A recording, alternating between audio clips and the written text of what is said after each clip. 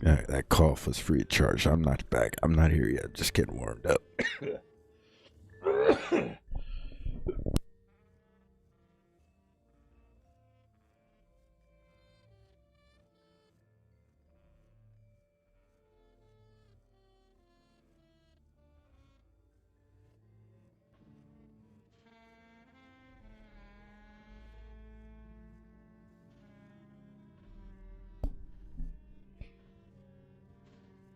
You know what? I'm going to do something here.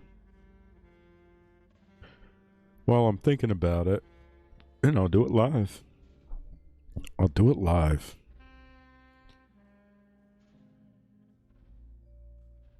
I'm making a little thing, and it's it's all about the love. It's all about putting you emotionally into my head and heart. That's what it's about. It's about manipulating the data to support admonition of what the frick is the color of this dang thing?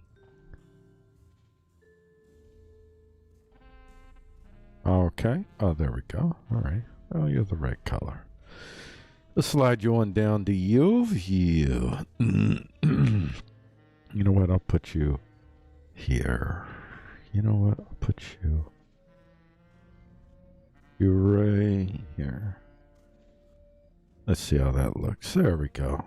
There we go. That's you. That's right. And then a little bit here. Let's get this connotated here. Where are you, sir? You are activated. Hold on. You're going to be activated. You are for the activating. It's going to happen here, you buddy. Boom. Oh, there you go. Hi, everybody. Now y'all can see me. I'm huddled in the mass of web of lies. Starting with this so-called data set. Ah, what the heck?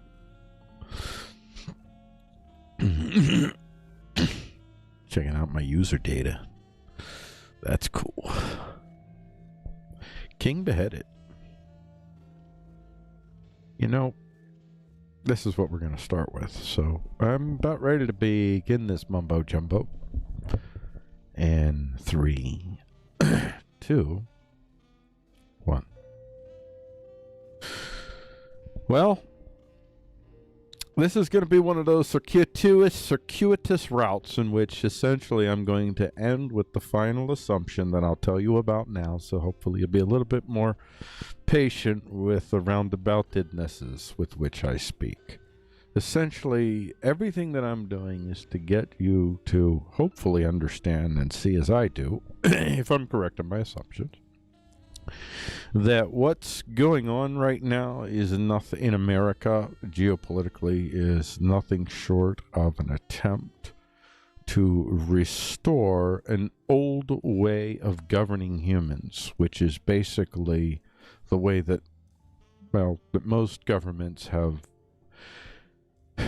throughout most of human history in various forms. The government is charged with the responsibility of making morally correct human beings. And there are various methodologies that we're going to discuss, but what we're going to talk about fundamentally is how the Bill of Rights is a radical shift in that presumption, and why, so long as the Bill of Rights continues to be the assumed authority in the land, people that are trying to restore the duty of the state to make morally correct people,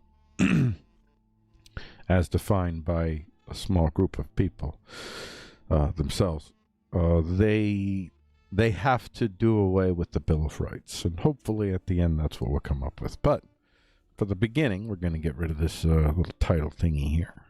Title thing doesn't need to be here anymore. Goodbye. Goodbye. And, you know, gonna have a little screen because there's an audience behind you. and I want them to see this. You can look up at the screen up here, so you could see the screen up here.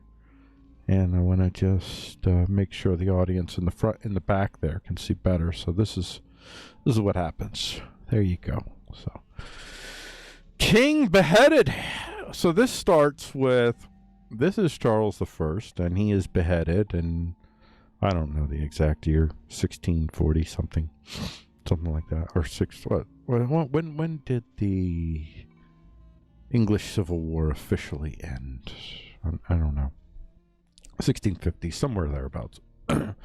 Charles I of England is beheaded, and he is beheaded. I'm not sure if this is intended to depict Oliver Cromwell. I could believe this could be a depiction of Cromwell. I'm not sure. And I think that leopard manager, I'm not sure if he was called something like that or not. I'm going to bet this is Oliver Cromwell holding the head of Charles I, which of course never would have happened, but just saying. Matter of fact, I would say Oliver Cromwell was in the end he kind of knew he had to ultimately not stand in the way and allow this to happen, but I think fundamentally he probably would have preferred Charles to be locked up in prison forever. But he had to satisfy his levelers. And his levelers, these are the moral authoritarians. These are the people that began with a cry for justice.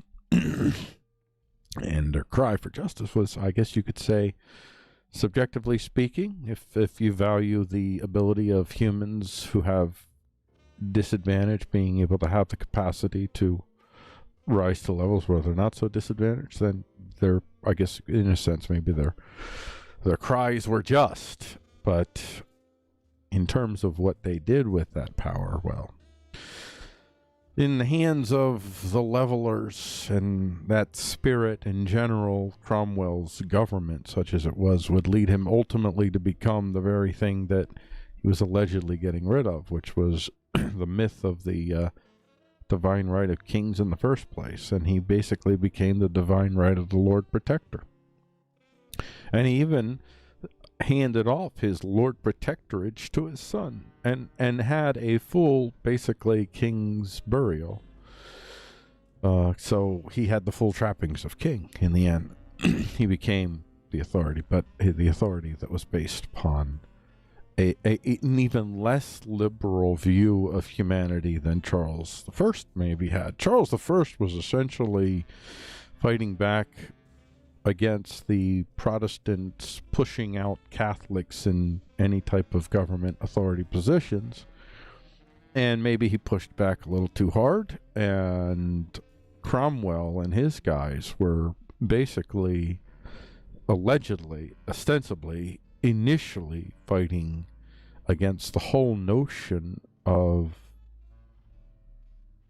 having a king define what other people should believe. But then they became a puritanical kingship in essence, literally, like where the word puritanical comes from. It comes from these guys. These guys were the Puritans who had power and no restraint and no limit on the capacity of their own assumptions to believe that they're absolutely right in their moral authorities that they claim. So that begins the story, but it's not historically where we begin, but it just kind of sets things up, and it's a cool visual too there, Charles I, Oliver Cromwell, such as that is. And then we move on to Mesopotamia here. And there were many, who knows all the many ways in which rulers gained authority over individuals, but our earliest records indicate that at the very least there was almost a demigodness to the kings for the most part. This wasn't universal, by the way. There were other structures that emerged, like we're going to get to one in a little bit. A pretty significant variation on the theme. But here we have, this is from Chicago University, I guess.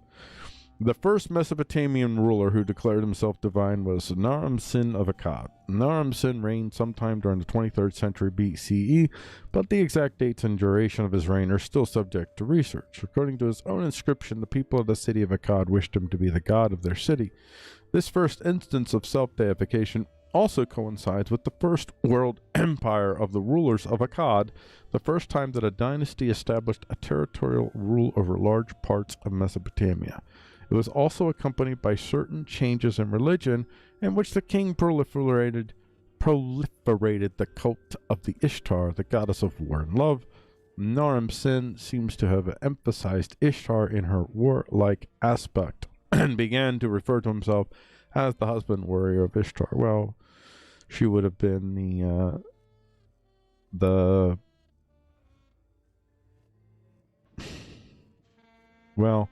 he would have been the goddess of his city initially. So in religions, belief systems in general, whether it's social justice or Baptist, revivalist, whatever, religions build structures, and for some there's plenty of overlap, and you can there's multiple there's opportunities for individuals to move vocationally in these different religions with similar types of skill sets. But sometimes religions produce unique skill sets, unique physical structures that require certain specializations in maintaining, developing, whatever it might be. And so when you are in a circumstance where your particular god or goddess, they all have unique demands, even if it's certain types of foods that they demand. That in and of itself, that builds institutions that favor people who are able to deal with whether it's meats or grains or whatever it might be. That alone is a factor. And when you, as he must assuredly came from privilege, from a position of power right from the start, he would be quite aware of the real power, the real institutional power of the religion of Ishtar that was to him and his family and to his, probably his coalition of power at its core, especially even amongst the soldiers themselves and their lives and the type of habits that they have built around this home religion, so to speak. So it would who would benefit from if you expand Ishtar to all of these regions? Who would benefit? Hold on. I didn't realize I was connected to my phone. So this is all right. All right, I'm going to have to start this over again. Sorry, everyone. I'm going to have to... This is a false start. I'm going to have to start this over again.